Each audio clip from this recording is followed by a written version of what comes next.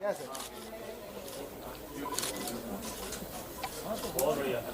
Sir. Singer or a Bollywood composer, when they perform anywhere in the world, whether it is New York or New Jersey or or Moscow or Berlin or wherever, they always are able to fill up a complete stadium. They are able to fill up a stadium, they are able to fill up a complete arena or a hall or whatever, and they get a huge audience. But that audience is mostly the Indian diaspora. About 99% of that audience is the Indian diaspora. Because Bollywood, even except with a few exceptions, Bollywood has actually not broken cultural barriers, but a few exceptions are there where Bollywood has actually broken cultural barriers.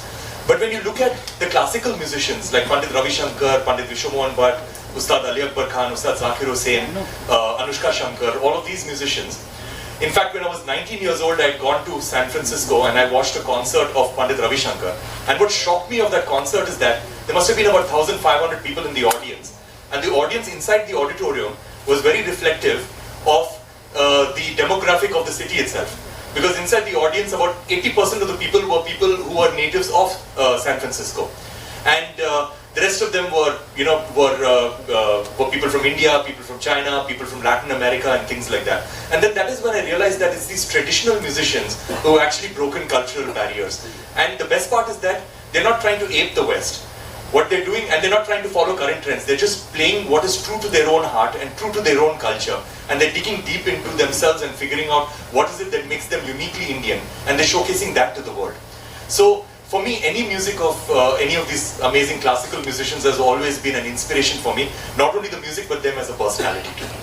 One more question. Sure. As amazing as this feat is, like going to Abbey Road, the world's biggest studio, and performing the national anthem with a full British orchestra, do you think so it would ever be possible for a British and American to come to India, to one of our studios, and perform their national anthem with an all-Indian orchestra? And would the Indian public be as accepting of it as the Britishers have been? That's already happened in the past. I've created a sort of like slightly Indian version of the Canadian national anthem when I had performed over there, and I created that. But anyway, but that was not at this particular magnitude. But at the same time, I believe that the thought process can be slightly different, because a symphony orchestra is a Western concept.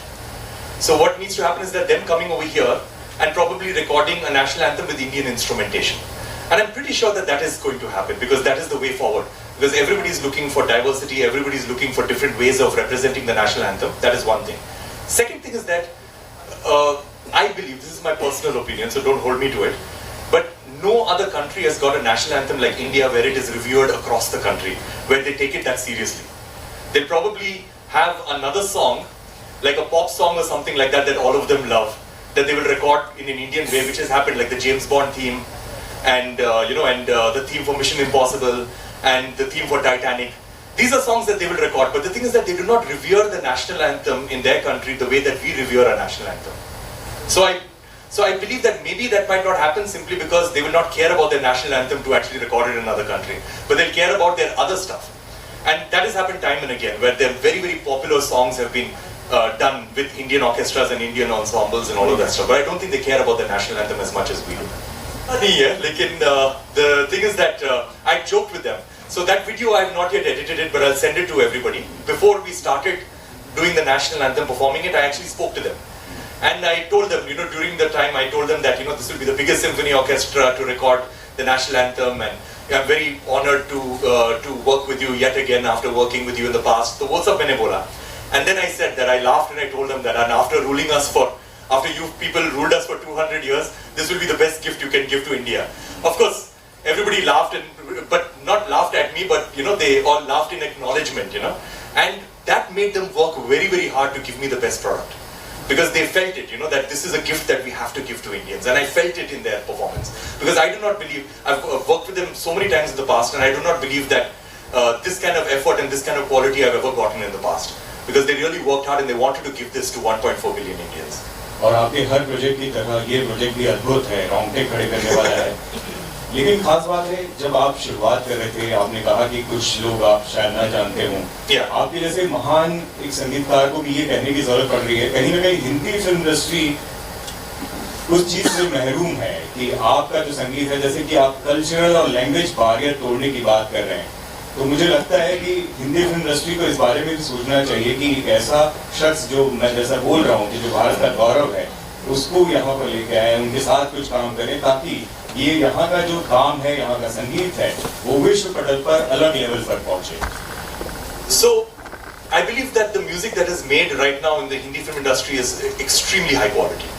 I believe that the production quality, the singers, the music, the beats, the production, the mixing, mastering, it's parallel with everything. So I do not believe that there is a dearth of quality. I think quality is absolutely stunning, and even I listen to Bollywood music all the time.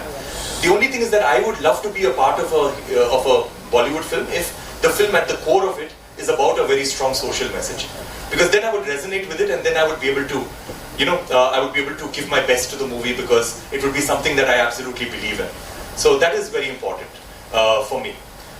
Because for me, what does not excite me is somebody paying me money and asking me to make music, based on their sensibility. For me, what excites me more is that I have this idea that, that I want to get this national anthem done by the Royal Philharmonic Orchestra, and I go with all my might and I do this, Or there is a social cause, like for example a refugee crisis, or there is an environmental cause, जैसे human and elephant conflict, and उस पर मैं music बनाऊँ. So for me these are the things that excite me a lot, doing things which I feel very strongly about. Indian cinema से अगर किसी maker के साथ collaborate करना हो, कौन होगा वो आपके साथ? या कोई actor जिसके साथ collaborate करना चाहे?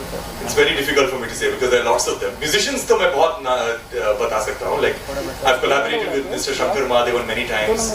Salim Sulaiman ji, they are almost like brothers to me. We've collaborated many times. So there are lots of musicians like that. Aditya Narayan, Jonita Gandhi, सबके साथ मैंने collaborate किया है. But filmmakers, it's difficult.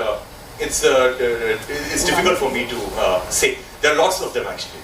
Because there are one or two names come to my mind, but I don't want to say those names because I will be leaving out many other names. Thank you. Ricky, for how long you have been planning over here? So for how long you have been planning to shoot this and record the entire national anthem? And my second question is, how are you trying to get this to the root level in India, where social media doesn't exist? So for those people or over there, in connection with the government of India, maybe for that matter, or for social causes, how are you planning to do it? So the planning of this has been about, it's not been very long, it's been about 3 months. So 3 months back is when I got the idea that we should be doing this and I should be doing this, and that is when I approached the orchestra and and came up with the score, because it's very difficult to come up with that score because every musician needs a sheet in front of them, of what to play.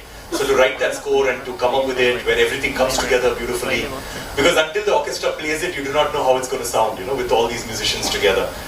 So that took a while for me to actually write it and to understand that this is going to sound good. And then the experience of hearing the orchestra playing it to you is an experience which is unparalleled, because you're in that room and the orchestra is playing your music back to you, whatever you've written. They're playing it back to you. That is like there is no way words to describe how amazing it feels to listen to 100 people playing it back to you in the same room. So that was so it was 3 months to answer your question. The second thing about reaching to the grassroots, one thing is, one way that I've answered it is that it's free for all. So anybody can use it for whatever purposes they want. And of course I need the support of the press, because at the end of the day, traditional media is what is most important when it comes to television and print media, where to get out to as many people as possible. Everybody's got mobile phones, so sharing it on WhatsApp and all of that stuff, because there's no restrictions for it, so anybody can share it however they want. So I'm just hoping that organically it reaches every single person. So I just need help with that, because as I said, there was no other entity involved in this. So the thing is that so it's not like there is a major record label like a T-Series or anybody involved in it where where they can help me spread it out. So it's just, it has to be organic, that's all. So I just need everybody's support for that. Ricky, your center, Rahul here from the Filmy Chencha. मेरा सवाल ये था कि अगर कोई सोचता है music industry में आने के लिए, तो फिल्म इंडस्ट्री सबसे पहले जहन में आता है कि शॉर्टकट है फेम मिलने का, लाइमलाइट में आने का. तो आपके माइंड में ये चीज़ कल्चर की तरफ और नेशनल एंथम के तरफ कैसे रुक के आपने, ये तरीके से रिस्क था या क्या था, क्या सोच के आपने? I think good question. So I'm just wondering how to answer that. So that is true what you said, that the film industry gives you fame, you know, that is there. Now the thing is that I've got a lot of friends who are in the film industry, like, you know, musicians, very, very good musicians, very close friends and very good composers. Some of them are the top composers. Now the thing is that every song that they make is either a love song or an item song. There are only two songs that, predominantly that they are making. And these are people who speak about gender equality all the time, and they genuinely believe in it. They genuinely from the heart believe that, you know, in gender equality, they believe in impacting society in a positive way and all of that stuff. But then sometimes they come up with an item song, you know, which is objectifying women and, you know, which is showcasing women as, you know, as items, because that's the whole definition of an item song. And these things make me a little sad, because at the end of the day, music is an art form, okay? Now, if you look at I'm sorry I'm digressing, मैं थोड़ा सा explain करने की कोशिश कर रहा हूँ. So if you look at an artist like Vincent van Gogh, who's very, very popular artist and a contemporary artist, because he's not like an ancient artist. If he was making a new painting, अगर वो नया painting बनाना चाहता था, तो वो सारे neighboring art galleries नहीं जाएगा और देखेगा सब लोग क्या कर रहे हैं ना, मैं भी ऐसे ही करूँगा, जो क्या trend में है, ऐसे ही करेंगे and all that stuff. He would dig deep into his own soul and he would make a piece of art which is representative of him. And if I wanted to know what kind of a person Vincent van Gogh is in real life, I'm not going to read a book about him. मैं उनके सारे तस्वीरें देखूंगा and मैं करूँगा कि ये कैसा आदमी था. You know, tormented आदमी था, वो थोड़ा सा weird किस्म का आदमी था. You know, I'll judge his paintings and I'll do that. But right now, when it comes to musicians in India, everybody's dream is that as soon as I become a musician, मुझे Bollywood करना है. मैं जब बोलता हूँ लोगों को कि मैं composer हूँ, first question पूछते हैं कौन सा film. You know, तो ये इंडिया में है. And that is why all the music in India is basically, or not all, but most of the music in India is basically either a love song or an item song. And कभी-कभी मैं सोचता हूँ कि ये जो बहुत अच्छे composers हैं, बहुत अच्छे human beings हैं, genuinely they're very, very good people, they are not listening to their own music. They are not the kind of people who will sit down at home and listen to their own music. You know, because they are not the kind of people who will listen to an item song, you know. So that has, I feel that in some way that has to change. And for me, the reason why a lot of people ask me that, अरे थोड़ा सा fame आ जाएगा, you know, if you do Bollywood, and then your songs also will get uplifted. But I do not believe that, because many times, like if you look at a composer like Vishal Dadlani, okay, Vishal, a very good friend of mine, a fantastic human being, a really, really good person. So, and I've known him for the last 23, 24 years. Now, he does Bollywood music, but Bollywood music is far more popular than his pentagram music or his music that he does from the heart, which is all about social messages. People know him only that. And if he performs his pentagram music, people in the audience shout that, Sheila ki jawani karo, you know, ye sab karo, you know. So basically what I'm trying to say is that I would rather be very less known for songs that define me as a person, rather than being extremely well known for songs that do not define me as a person. So I believe that what you're talking about, wo ho raha hai abhi. Like, you know, people are feeling pride about our own inherent culture. People are feeling pride about being Indian. And that's happening all over the world. It's not just with us, it's also happening with the Indian diaspora. Because I go everywhere. My music is predominantly Indian. And I see that I'm able to perform my music anywhere in the world, you know, to audiences everywhere. Like, for example, I recently performed at the World Health Organization, the WHO headquarters in Geneva. There was not a single Indian person in the audience. It was just, you know, people from all over the world, mainly Europe and America and Australia and Africa, all these countries. And our entire set from beginning to end was in Indian languages. And it was Indian music. And even that was very, very appreciated. So the thing is that I think people all over the world are appreciating Indian art, and because I can only speak about art right now. But they're appreciating Indian art, and at the same time, Indian artists are feeling proud to be Indian artists. So that is happening right now, because like, where's the sound coming in? There's a mic, I think, that is on.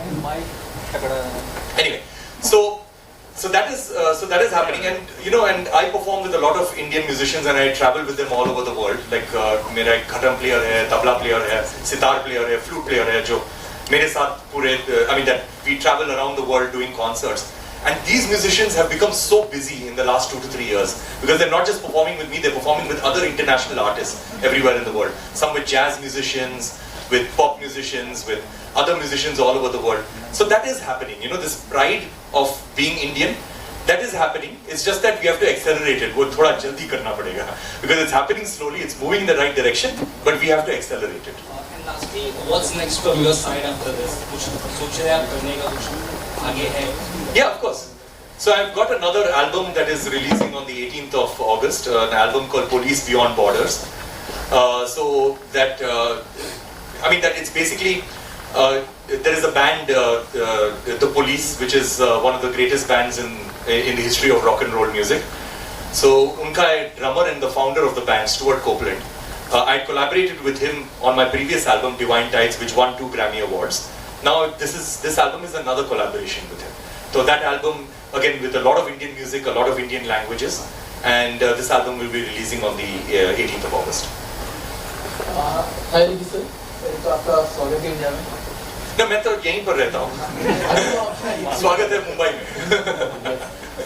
अगर बात करें Grammy award की, तो आप पहले एक Indian है जिन्होंने यहाँ तक 3 ग्रैमी अवार्ड जीती है। इससे पहले मैं दूसरा इंडियन हूँ। पंडित रविशंकर ने भी 3 जीता है, लेकिन मैं उन्होंने ग्रैमी ला के नहीं, उनको भी 3 ग्रैमी अवार्ड्स मिले हैं, लेकिन मैं फर्स्ट इंडियन तो वही थे 100%।